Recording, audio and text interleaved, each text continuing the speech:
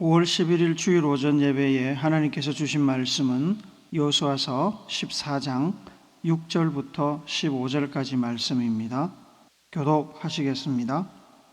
그때에 유다 자손이 길갈에 있는 여호수아에게 나오고 그니스 사람 여분네의 아들 갈렙이 여호수아에게 말하되 여호와께서 가데스 바네아에서 나와 당신에게 대하여 하나님의 사람 모세에게 이르신 일을 당신이 아시는 바라.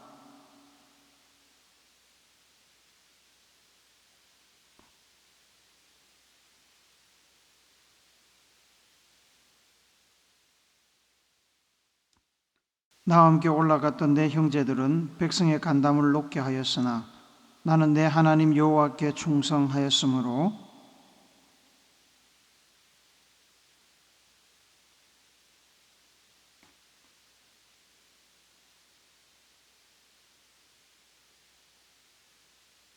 이제 보소서, 여호와께서 이 말씀을 모세에게 이르신 때로부터 이스라엘이 광야에서 방황한 이 45년 동안을 여호와께서 말씀하신 대로 나를 생존하게 하셨나이다. 오늘 내가 85세로 돼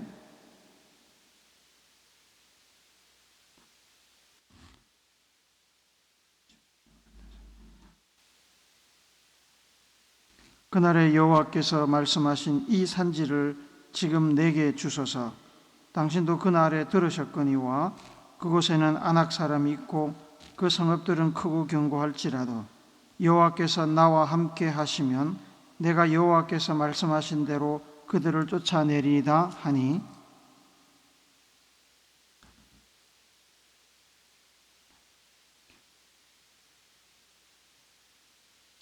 헤브론이 그니스 사람 여분네의 아들 갈렙의 기업이 되어 오늘까지 이르렀으니 이는 그가 이스라엘의 하나님 여호와를 온전히 쫓았음이라.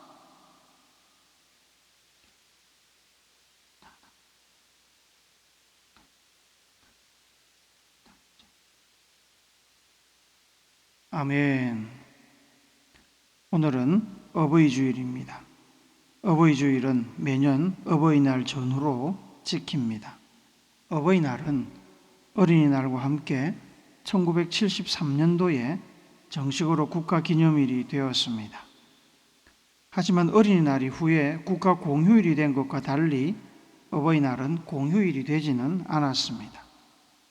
왜 어버이날이 공휴일이 되지 못했는지 잘 모릅니다만 곰곰이 생각해 보면 어린이들은 어린이날을 말 그대로 공휴일로 즐기며 보낼 수 있지만 어버이날은 학교에 가지 않는 집에 있는 아이들을 돌봐야 하는데 그것은 실질적으로 부모에게 휴일이 아니라서 굳이 공휴일로 지정하지 않은 것이 아닐까 추측합니다.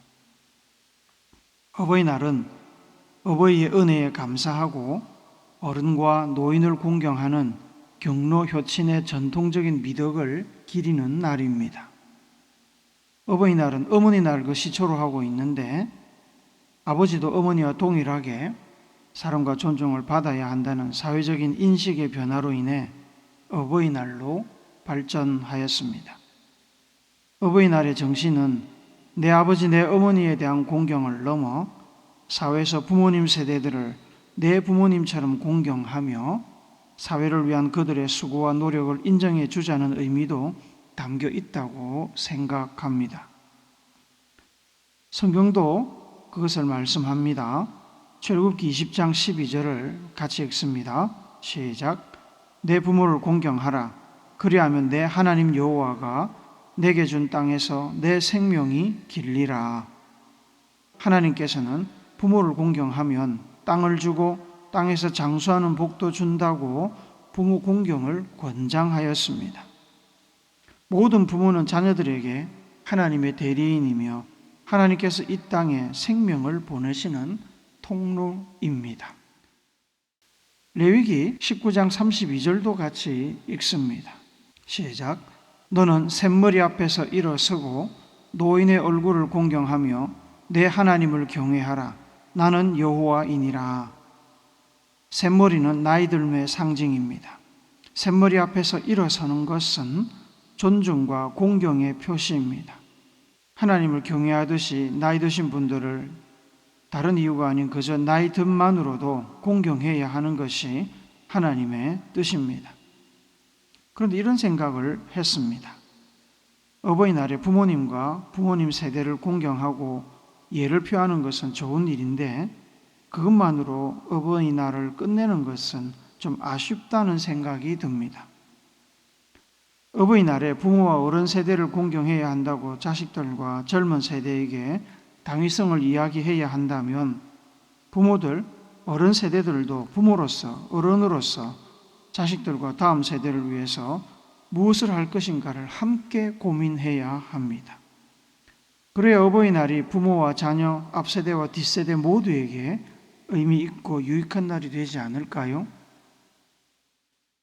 오늘 우리가 읽은 본문은 모세의 뒤를 이은 여호수아가 이스라엘 백성들을 이끌고 하나님께서 약속으로 주신 가나안 땅을 점령하고 난 뒤에 그 땅을 각 지파에게 나누어지는 과정의 일부입니다.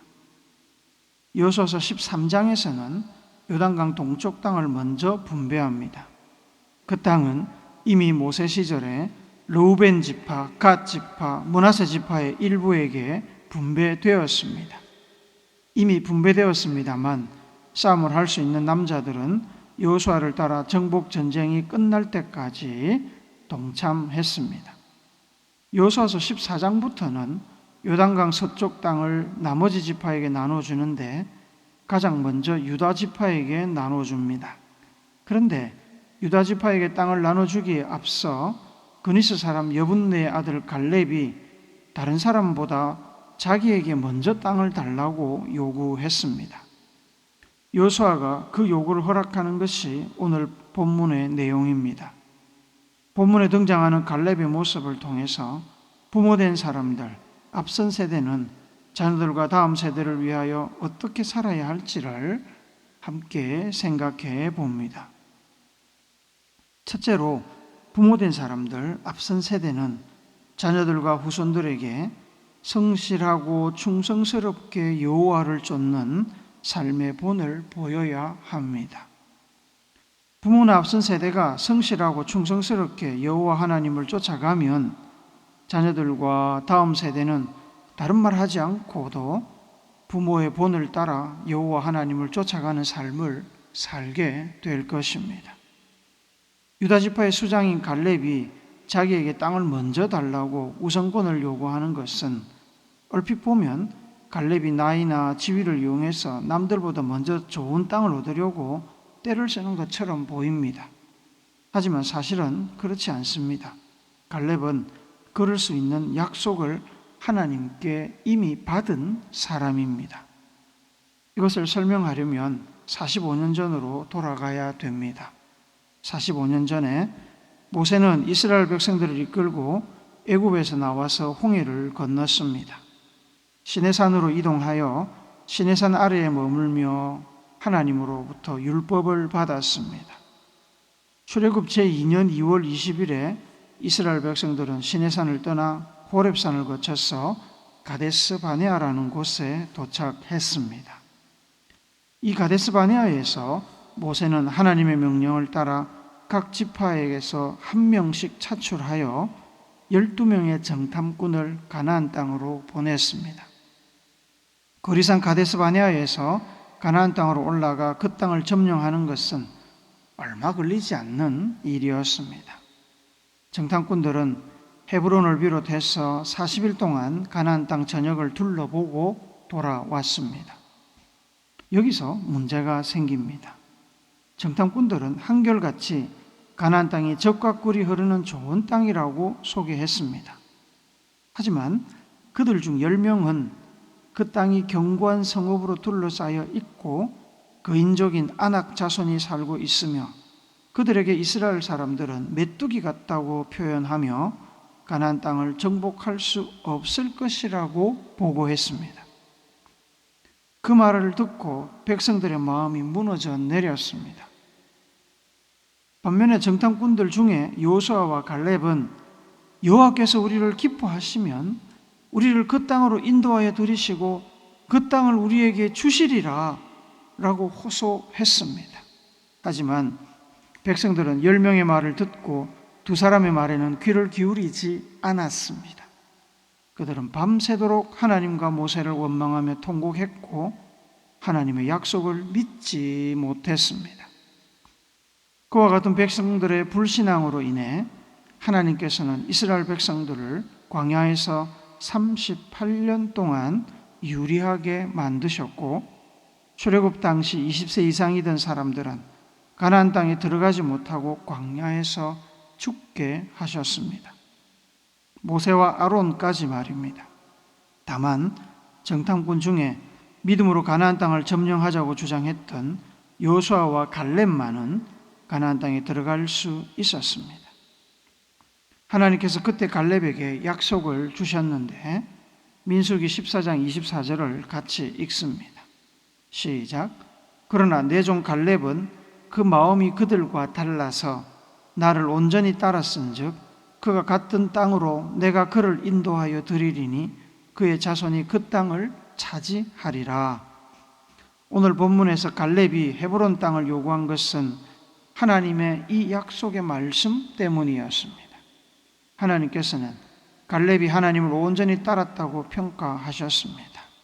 그때까지 하나님을 온전히 따르고 순종한 갈렙은 그 이후로도 여호수아와 함께 38년간의 광야 유랑 생활 가운데 하나님의 종 모세와 백성들을 성실히 섬겼습니다. 그리고 모세가 죽고 난 뒤에 이미 80살이 넘었지만 동료이자 새로운 지도자인 여호수아를 섬기며 가나안 땅 정복 전쟁을 성공적으로 수행했습니다. 본문 14절은 갈렙에 관하여 그가 이스라엘의 하나님 여호와를 온전히 쫓았음이라라고 평가합니다. 출애굽부터 가나안 땅 정복까지 갈렙은 여호와 하나님을 온전히 쫓았습니다.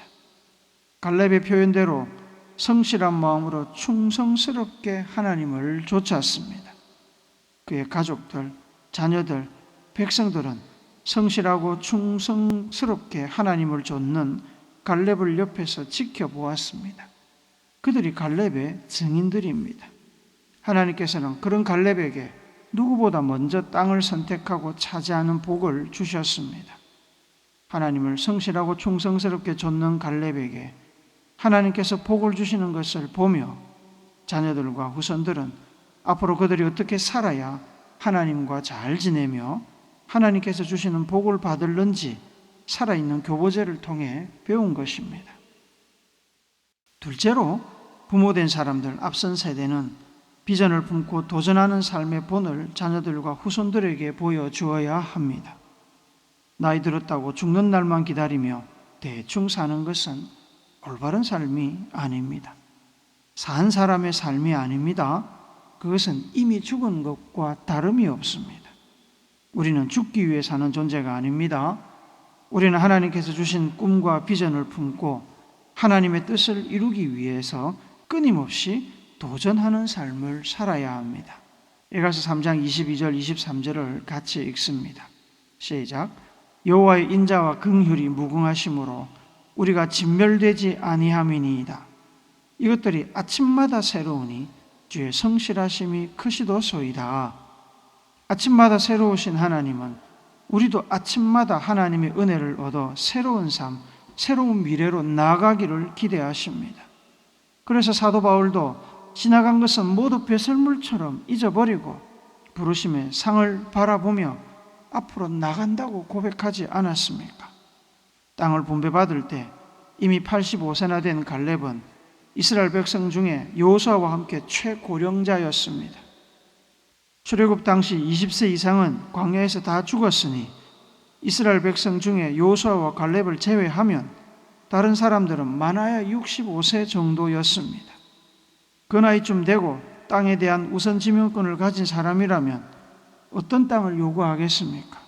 살기 좋은 땅, 이젠 좀 쉽게 가질 수 있는 땅을 요구하지 않았겠습니까? 하지만 갈렙은 어떤 땅을 요구했습니까? 12절을 한 번 더 읽습니다. 시작. 그날에 여호와께서 말씀하신 대로 이 산지를 지금 내게 주소서.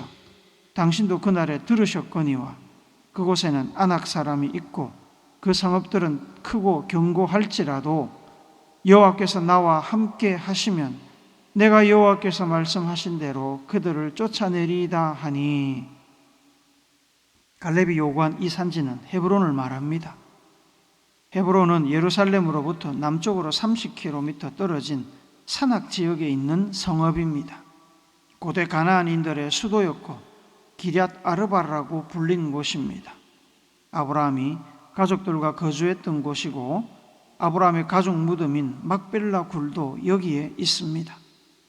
산악 지역에 있어서 점령하기 어려운 땅이며 특히 그곳에는 거인족인 아낙 사람 중에 가장 큰 사람들이 살고 있는 곳입니다. 여호수아서 11장에 의하면 여호수아가 이끄는 이스라엘 군대가 이미 헤브론을 비롯한 이 주변 땅을 한 차례 정복했었습니다. 아낙 자손들은 이스라엘 군대에 밀려 이방 지역으로 도망쳤습니다. 그럼에도 갈렙이 헤브론 지역에서 아낙 사람들을 쫓아내겠다고 하는 것으로 보아 1차 점령 이후에 이스라엘 백성들이 다른 곳을 점령하러 간 사이에 일부 아낙 사람들이 헤브론으로 다시 돌아온 것으로 생각됩니다. 아낙 사람들은 무서운 사람들입니다. 골리앗과 같은 사람들입니다. 이제 땅을 분배하면 갈렙은 그의 가족들 혹은 지파만 데리고 아낙 사람들과 다시 싸워야 했습니다. 그럼에도 갈렙은 주저하지 않았습니다. 85세나 되는 노장이지만 45년 전에 정탐할 때 보았던 그 땅을 하나님의 약속대로 얻을 것이라고 믿고 있었고 도전했습니다. 그의 자녀들, 후손들은 갈렙의 모습을 보면서 사람이 나이가 든 후에도 어떻게 살아야 하는지를 배웠습니다. 호흡이 다하는 그날까지 하나님의 약속을 비전 삼아 도전하기를 멈추지 않는 삶이 어떤 것인지를 배운 것입니다. 셋째로, 부모된 사람들, 앞선 세대는 자녀들과 후손들에게 약속은 반드시 이루어야 함을 보여주어야 합니다. 갈렙은 45년 전 가데스 바네아에서 밟는 땅을 주시겠다던 하나님의 약속이 헤브론 땅을 얻게 됨으로 실제로 이루어지는 것을 경험했습니다. 그뿐 아닙니다. 20세 이상은 광야에서 다 죽게 될 것이라는 하나님의 말씀도 이루어지는 것을 보았습니다. 이스라엘 민족에게 가나안 땅을 주시겠다는 약속도 40년의 세월이 걸렸지만 이루어지는 것을 경험했습니다. 하나님은 약속을 이루시는 하나님이십니다. 하나님은 변하지 않으십니다. 하나님은 말씀하시는 것을 반드시 이루실 능력과 의지를 가지고 계시고 실제로 그렇게 행하십니다. 하나님의 약속 성취로 헤브론을 얻게 된 갈렙은 자손들을 이끌고 헤브론 정복에 나섰습니다. 드빌, 곧 기럇세벨이라는 곳에 이르러서 그곳에 사는 이방인들을 물리치고자 했습니다. 여호수아서 15장 16절을 같이 읽습니다. 시작. 갈렙이 말하기를 기럇세벨을 쳐서 그것을 점령하는 자에게는 내가 내 딸 악사를 아내로 주리라 하였더니, 갈렙이 이렇게 딸까지 주겠다고 약속하는 것으로 보아서 이 기럇세벨은 보통 지역이 아니었던 것으로 생각됩니다. 갈렙은 자손들에게 약속했습니다. 딸을 주겠다고. 갈렙의 이야기를 듣고 갈렙의 조카 운니엘이 군사를 이끌고 올라가서 기럇세벨을 점령하였습니다. 그러자 갈렙은 약속대로 딸 악사를 그의 아내로 주었습니다. 약속을 지키는 것은 곧 말의 무게를 중요시하는 자세에서 나옵니다. 하나님께서는 말씀하시는 하나님, 말씀을 백성들에게 주시고 말씀을 이루시는 하나님입니다. 하나님의 권위는 말의 권위입니다. 한 번도 거짓을 말하거나 약속을 어긴 적이 없는 하나님의 성품은 곧 하나님을 믿을 수 있는 존재로 만듭니다. 하나님의 말씀은 천지를 창조하시는 능력과 세상을 주관하시는 힘으로도 나타났습니다. 하나님께서는 자신의 말씀의 무게를 아시기에 어떤 경우에도 말씀을 뒤집은 적이 없습니다. 하신 말씀은 이루셨습니다. 죄로 물든 세상을 정화하고 구원하겠다던 약속도 독생자를 이 땅에 보내는 실천으로 성취하셨습니다. 말의 신뢰는 곧 관계의 신뢰를 낳습니다. 부모된 이들, 앞선 세대들의 가벼운 말의 사용이나 남용과 거짓은 가정의 질서와 구성원들의 관계를 무너뜨리고 사회 구성원들 간의 관계와 질서도 무너뜨립니다. 말의 무게가 사라진 가정, 공동체, 사회는 사람이 살 수 있는 곳이 아닙니다. 우리는 정치인 혹은 권력자들의 말의 악용으로 인해 나라와 질서가 무너지고 존립을 위협받는 것을 역사를 통해 경험하지 않습니까? 부모의 가벼운 말은 자녀들의 삶을 무질서 속으로 밀어넣고 누구도 신뢰하지 못하는 불신의 사람으로 만듭니다. 부모와 앞선 세대는 말의 무게를 중요하게 여기고 이룰 수 없는 약속을 함부로 남발하지 말아야 하며 약속했다면 무슨 일이 일어나도 지키는 것을 보여주어야 합니다. 그 모습을 보고 자녀들과 다음 세대도 말의 무게를 중요하게 여기는 진지한 삶의 태도를 배우게 될 것입니다. 그래야 가정도 사회도 서로를 신뢰하며 유지될 수 있고 하나님과의 관계도 유지될 수 있습니다. 사랑하는 우물교 성도 여러분, 오늘은 어버이 주일입니다. 하나님께서 부모를 통해 주신 은혜와 사랑을 기억하고 감사하며 부모와 앞선 세대를 공경하는 여러분과 제가 되기를 바랍니다. 아울러서 거기에 머무르지 않고 자손들과 다음 세대를 위해서 본이 되는 부모와 앞선 세대의 삶을 사시기를 바랍니다. 성실하게 충성스럽게 여호와를 쫓는 삶의 본을 자녀들과 후손들에게 보여주십시오. 나이와 상관없이 늘 비전을 품고 항상 도전하는 진정 살아있는 삶의 본을 보여주십시오. 말의 무게를 중요하게 생각하며 약속은 반드시 이루어야 함을 보여주십시오. 우리의 자녀들과 다음 세대가 그러한 부모와 앞선 세대들의 모습을 보고 배우며 따라올 것이고 그들 또한 그들의 다음 세대에 여러분이 보여준 것을 보여주며 아름다운 신앙 전통을 후손들에게 물려줄 것입니다. 예수님께서도 하나님 아버지의 뜻을 따라서 하나님께서 주신 사명과 비전을 붙들고 죽기까지 이 땅에서 최선을 다하셨고 제자들에게 따라오도록 본을 보여주셨습니다. 자녀와 다음 세대에게 본이 되는 삶을 통해 하나님께 영광을 돌리며 자손 대대로 하나님과 동행하는 복된 믿음의 백성들이 되시기를 앞서가며 본을 보이신 예수님의 거룩하신 이름으로 축복합니다. 아멘.